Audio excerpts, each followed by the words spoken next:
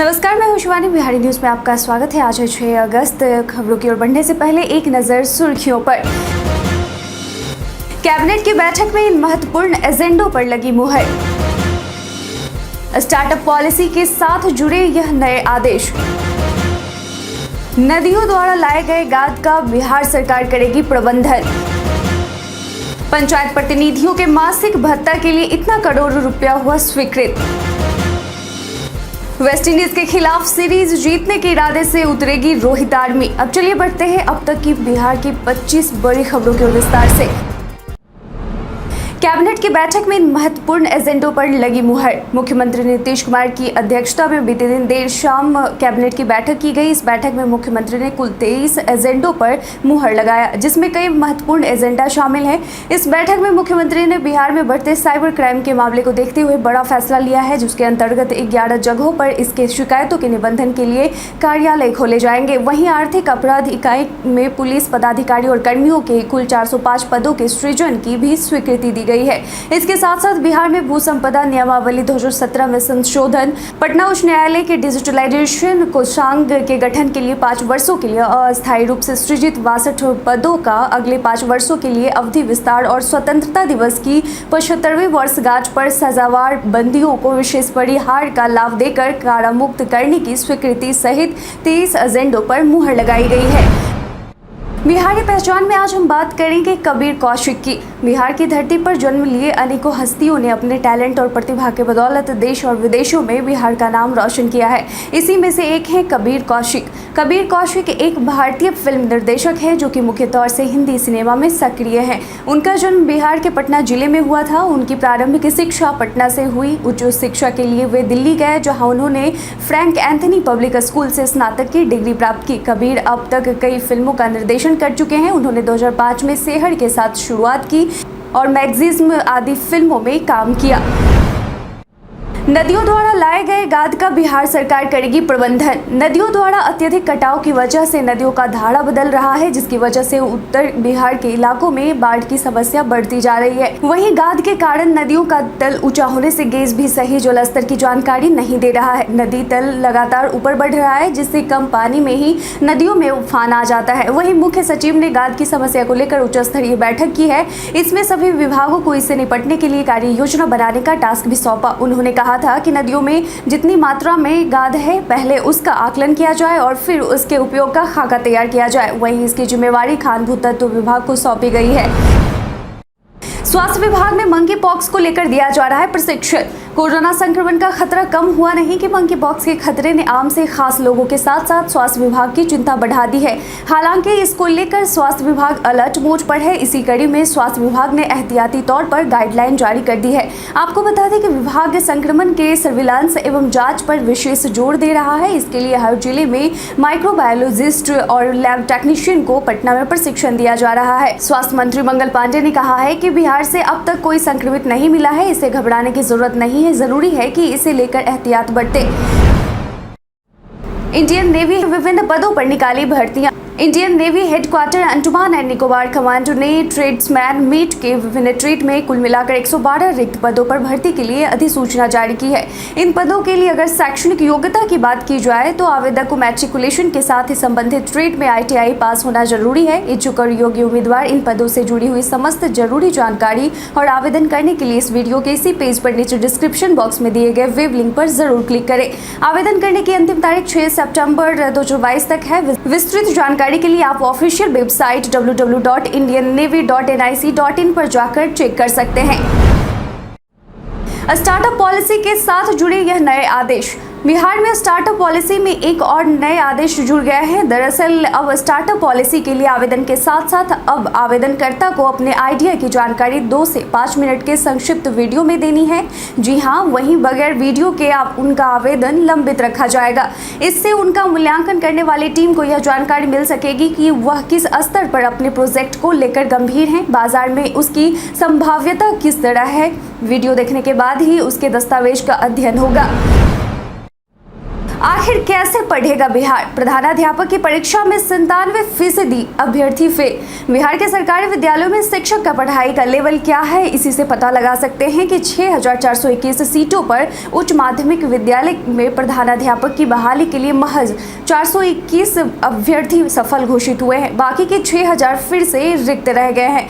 गुरुवार को बीपीएससी ने पहली बार आयोजित हेडमास्टर परीक्षा का रिजल्ट जारी किया, जिसमें 97% अभ्यर्थी फेल हो गए हैं। मात्र 3.22% शिक्षक ही बीपीएससी की यह परीक्षा पास कर पाए, जिनको अब सरकारी स्कूलों में हेडमास्टर के पद पर तैनात किया जाएगा। हैरत की बात तो यह है कि इनमें से 87 अभ्यर्थी ऐसे भी थे जिन्हें ओएमआर शीट तक नहीं भर सके। दुर्भाग्यवश बीपीएससी की इस परीक्षा से भरे जाने वाले हेडमास्टर के 94% पद खाली रह गए हैं, क्योंकि परीक्षा में बैठे टीचर क्वालिफाई ही नहीं कर सके। लोकायुक्त की नियुक्ति को लेकर इस दिन होगी कोर्ट में सुनवाई। बिहार में फरवरी 2022 से ही लोकायुक्त और अन्य सदस्यों के पद खाली पड़े हैं। फरवरी 2022 में लोकायुक्त श्याम किशोर शर्मा इस पद से सेवानिवृत्त हुए, उसके बाद से ये पद रिक्त पड़ा है। मालूम हो कि लोकायुक्त का गठन 1973 में सरल व त्वरित न्याय दिलाने के लिए की गई है। वहीं फरवरी से खाली इन पदों को भरने के लिए दायर जनहित याचिका पर पटना हाईकोर्ट में चल रही है, जिसकी सुनवाई चीफ जस्टिस संजय करोल की खंडपीठ वेटरन फोरम द्वारा टाल दी गई है। अब यह सुनवाई 11 अगस्त को होगी। ककोलत वाटरफॉल में आपको देखने को मिलेगा बहुत कुछ। ऐतिहासिक और पौराणिक संदर्भों से युक्त ककोलत एक बहुत ही खूबसूरत पहाड़ी के निकट बसा हुआ एक झरना है। यह झरना बिहार राज्य के नवादा शहर से 33 किलोमीटर की दूरी पर स्थित गोविंदपुर पुलिस स्टेशन के निकट स्थित है।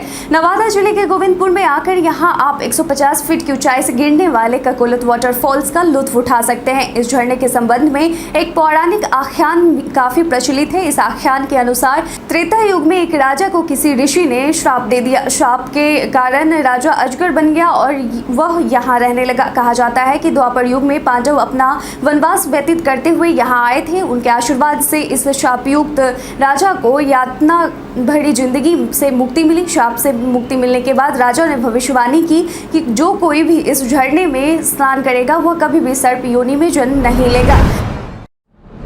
साइबर ठगों से जुड़े पुलिस के हाथ लगी बड़ी सफलता। जैसे जैसे हम सभी डिजिटलाइजेशन की ओर बढ़ रहे हैं, वैसे वैसे साइबर ठगों की संख्या भी बढ़ रही है।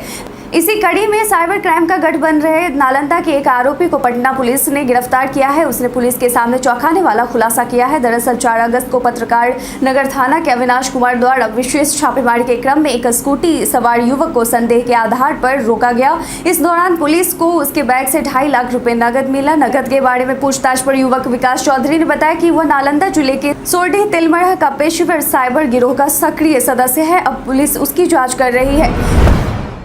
पंचायत प्रतिनिधियों के मासिक भत्ता के लिए इतना करोड़ रुपया हुआ स्वीकृत।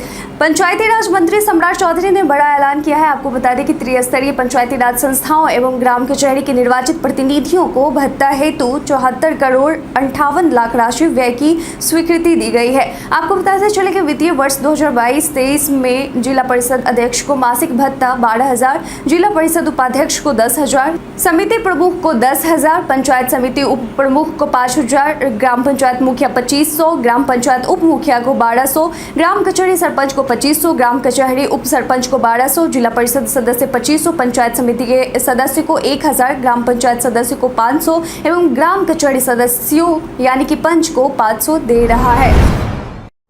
अग्निपथ विरोध में दंगा भड़काने में संलिप्त अपराधी का एसपी ने किया बड़ा खुलासा।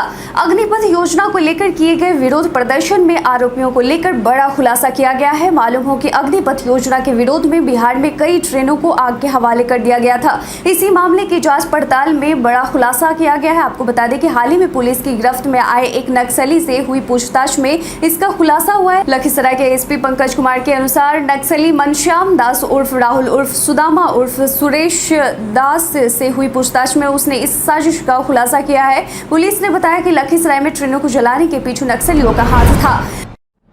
रानी चटर्जी के वर्कआउट वाली तस्वीर को मिल रहा खूब सारा प्यार। भोजपुरी फिल्म इंडस्ट्री की मशहूर अदाकारा रानी चटर्जी ने एक जिम वाली एक फोटो अपने सोशल मीडिया अकाउंट से साझा की है, जिसे लोग काफी पसंद कर रहे हैं। रानी चटर्जी ने हाल ही में अपने आधिकारिक इंस्टाग्राम अकाउंट पर कुछ तस्वीरें साझा की हैं। इन तस्वीरों में वह वर्कआउट के बाद पसीने से तरबतर नजर आ रही हैं।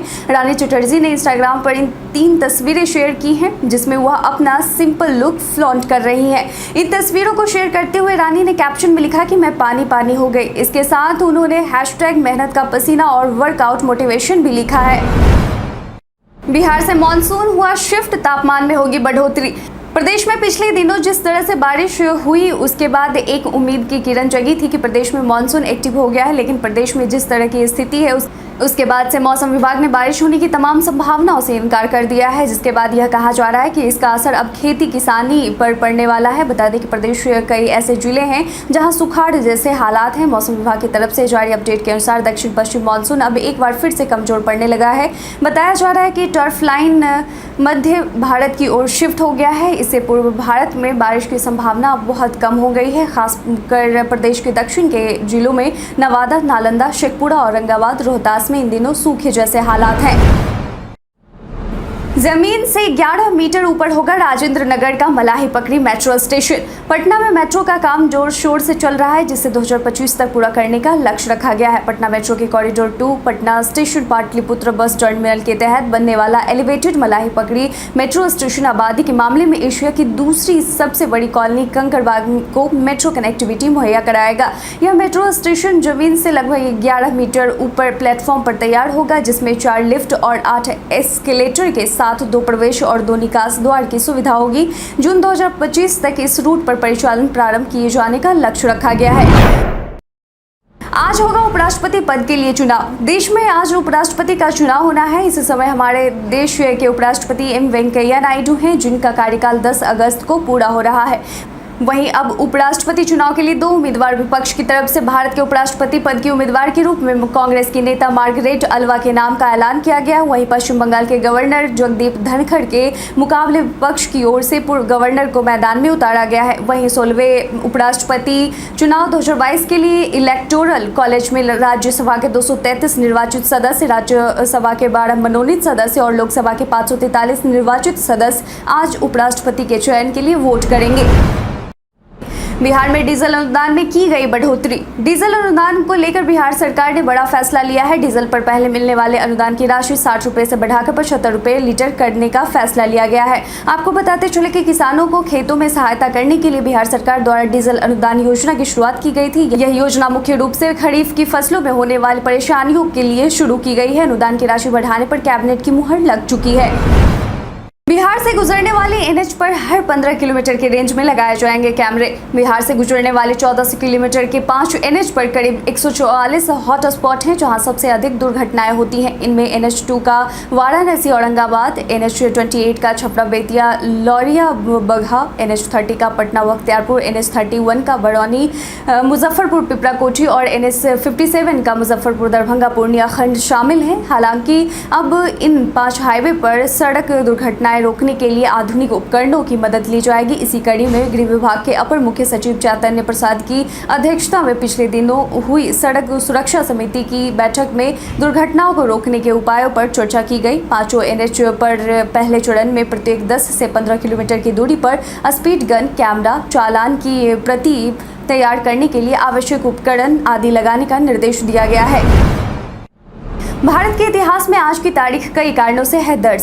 प्रमुख स्वतंत्रता सेनानी चित्तरंजन दास और अन्य कांग्रेसी नेताओं ने मिलकर वंदे मातरम समाचार पत्र का प्रकाशन 1906 में प्रारंभ किया। भारत और ऑस्ट्रेलिया में 2001 को आर्थिक समझौता हुआ। भारत और पाकिस्तान में तनाव के कारण ऑस्ट्रेलिया ने 2002 में पाकिस्तान से अपने नागरिकों को वापस बुलाया। स्वतंत्रता सेनानी तथा गुजरात और मध्य प्रदेश के भूतपूर्व राज्यपाल के एम चांडी का जन्म 1921 को हुआ था। भारत के 5वें लोकसभा अध्यक्ष गुरदयाल सिंह ढिल्लों का जन्म 6 अगस्त 1915 को हुआ था। भारतीय क्रिकेटर ए.जी. कृपाल सिंह का जन्म 1933 को हुआ था। भारत के प्रसिद्ध पर्यावरण कार्यकर्ता राजेंद्र सिंह का जन्म 1959 को हुआ था। भारतीय अमेरिकी फिल्म निर्देशक एम नाइट श्यामलन का जन्म 1970 को हुआ था। भारतीय राष्ट्रीय कांग्रेस नेता सर सुरेंद्र नाथ बनर्जी का निधन 1925 को हुआ था और आज ही के दिन हिरोशिमा दिवस के रूप में मनाया जाता है। हर हर घर तिरंगा अभियान को नौटंकी बताने वाले तेजस्वी यादव पर शाहनवाज हुसैन का पलटवार। देश भर में प्रधानमंत्री मोदी के आह्वान पर हर घर तिरंगा अभियान चलाया जा रहा है, जिस पर नेता प्रतिपक्ष तेजस्वी यादव ने कटाक्ष करते हुए कहा था कि ये सब नौटंकी है। इस पर पलटवार करते हुए उद्योग मंत्री सैयद शाहनवाज हुसैन ने कहा कि तिरंगे का मतलब वह क्या जाने, हम तो तिरंगे के लिए जान दे सकते हैं। उन्होंने मीडिया से कहा कि जम्मू कश्मीर में एक विधान एक निशान की नींव रखने वाले हमारे श्यामा प्रसाद मुखर्जी ने जान की आहुति तक दे दी थी। हम तो तिरंगे के लिए जान तक देने वालों में से हैं। वह हमें क्या आदर्श देंगे जिन्हें पता नहीं है कि हमारा समर्पण क्या है। रेलवे स्टेशन पर खत्म होगी यह सुविधा। रेलवे ने एक बड़ा फैसला लेते हुए रेलवे स्टेशनों का पूछताछ काउंटर को खत्म करने वाली है। दरअसल पूछताछ काउंटर की जगह अब सहयोग काउंटर खोलने की प्लानिंग चल रही है। इंडियन रेलवे एक ही छत के नीचे सभी तरह की सुविधाएं मुहैया कराने की योजना के तहत ढांचागत बदलाव करने जा रहा है। पटना जंक्शन समेत देश के तमाम रेलवे स्टेशनों पर पुराने मॉडल के तहत कार्यरत पूछताछ केंद्र को बंद किया जाएगा और उसकी जगह सहयोग काउंटर खोला जाएगा। उबर ऐप इंस्टॉल किए बिना व्हाट्सएप से कर सकते हैं कैब बुक। क्या आपको पता है कि आप अपने व्हाट्सएप ऐप से भी ऑनलाइन कैब बुक कर सकते हैं? जी हाँ, अगर आप कैब का नियमित इस्तेमाल करते हैं तो ये खबर आपके लिए है। दरअसल व्हाट्सएप पर अब उबर राइड को बुक किया जा सकता है। कैब कंपनी उबर जल्द ही इस नए ऑप्शन को व्हाट्सएप के लिए रोल आउट करने वाली है। उबर इस नए कैब बुकिंग सर्विस को दिल्ली एनसीआर के लिए अगस्त के पहले हफ्ते से ही जारी करने की तैयारी में है। इस फीचर की सबसे पहले पिछले साल दिसंबर में लखनऊ शहर में टेस्टिंग की गई थी। बता दें कि अगर यह प्रयोग सफल हो जाता है तो इसके बाद आपको उबर के ऐप को अलग से डाउनलोड करने की जरूरत नहीं होगी। आप केवल व्हाट्सएप के इस्तेमाल से ही कैब को बुक कर पाएंगे।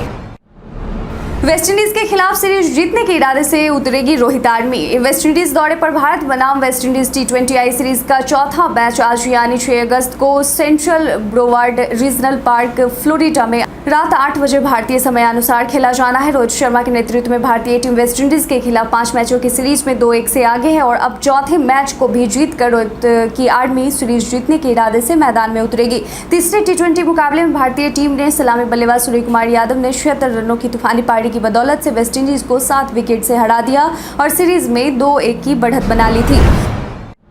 कश्मीर हमले में जान गंवाने वाले मजदूर के परिजन को सीएम ने मुआवजा देने का किया ऐलान। एक बार फिर कश्मीर में आतंकियों ने बिहार के मजदूरों को टारगेट किया है। 2 महीने पहले जिस तरह बिहारियों को निशाना बनाया गया था, बीते दिन एक बार फिर यही दोहराया गया है। गुरुवार को बिहारी मजदूर पर ग्रेनेड से हमला किया गया, जिसमें एक मजदूर की जान चली गई है। इस मामले के बाद IPRD ने ट्वीट करते हुए लिखा कि पुलवामा में आतंकी हमले में बिहार के रहने वाले मजदूर मोहम्मद मुमताज की मृत्यु पर माननीय मुख्यमंत्री मर्माहत हैं। मुख्यमंत्री ने मोहम्मद मुमताज के परिजनों को मुख्यमंत्री राहत कोष से 2 लाख रुपए देने की घोषणा की है। बिहार में कोरोना के मामले 200 के पार। बिहार में बीते दिन के पिछले 24 घंटे में कुल मिलाकर 212 मामलों की पुष्टि हुई है, जिसके बाद बिहार में एक्टिव मरीजों की संख्या 1022 पर पहुंच गई है। इसके साथ ही अगर हम प्रभावित जिलों की बात करें तो अररिया में 11, अरवल में 11, औरंगाबाद में 4, बांका में 1, बेगूसराय में 3, भागलपुर में 12, बक्सर में 1, दरभंगा में 5, गया में 10, जमुई में 4, जहानाबाद, कैमूर और कटिहार में 1, खगड़िया में 7, किशनगंज में 3, मधुबनी में 6, मुंगेर में 7, मुजफ्फरपुर में 3, नालंदा में 2, नवादा में 1, पटना में 53, पूर्णिया में 1, रोहतास में 4, सहरसा में 5, समस्तीपुर में 1, सारण में 8, शेखपुरा में 4, सीतामढ़ी में 2, सिवान में 4, सुपौल में 27, वैशाली में 2 और पूर्वी चंपारण में 1 मामलों की पुष्टि हुई है। इसके अलावा 6 ऐसे मरीज की रिपोर्ट भी पॉजिटिव आई है जो दूसरे राज्य के हैं, लेकिन सैंपल बिहार के अलग अलग जिलों में कलेक्ट किए गए हैं। इसके साथ ही बीते दिन के पिछले 24 घंटे में कुल मिलाकर 1,06,192 सैंपल की जाँच की गई है। इस दौरान 250 मरीज ठीक होकर घर भी वापस लौटे हैं। बीते दिन हमारे द्वारा पूछे गए सवाल का आप लोगों में से बहुत लोगों ने अपना जवाब में कमेंट सेक्शन में लिखकर दिया था। जिन्होंने पूछे गए सवाल का जवाब दिया है उनके नाम है रामनवमी मांझी, सरोज मंडल, बासुकी पंजियाड़ा, शैलेश कुमार, विजय घायल, ओमकार सिंह, नरेश राम, रविशंकर, अजीत कुमार, मुन्ना कुमार, मोहम्मद अबुल खैर और ज्योति कुमारी। इसके साथ ही बढ़ते हैं आज के सवाल की ओर। आज का सवाल है कि आपके अनुसार बिहार के शिक्षा स्तर को उठाने के लिए कौन कौन से स्टेप उठाने की जरूरत है? अपना जवाब हमें कमेंट सेक्शन में लिखकर जरूर बताएं। आज के लिए बस इतना है। बिहार की तमाम खबर के साथ अपडेट रहने के लिए देखते रहें बिहारी न्यूज़ और साथ में चैनल को सब्सक्राइब करना और बेल आइकन दबाना ना भूलें। धन्यवाद।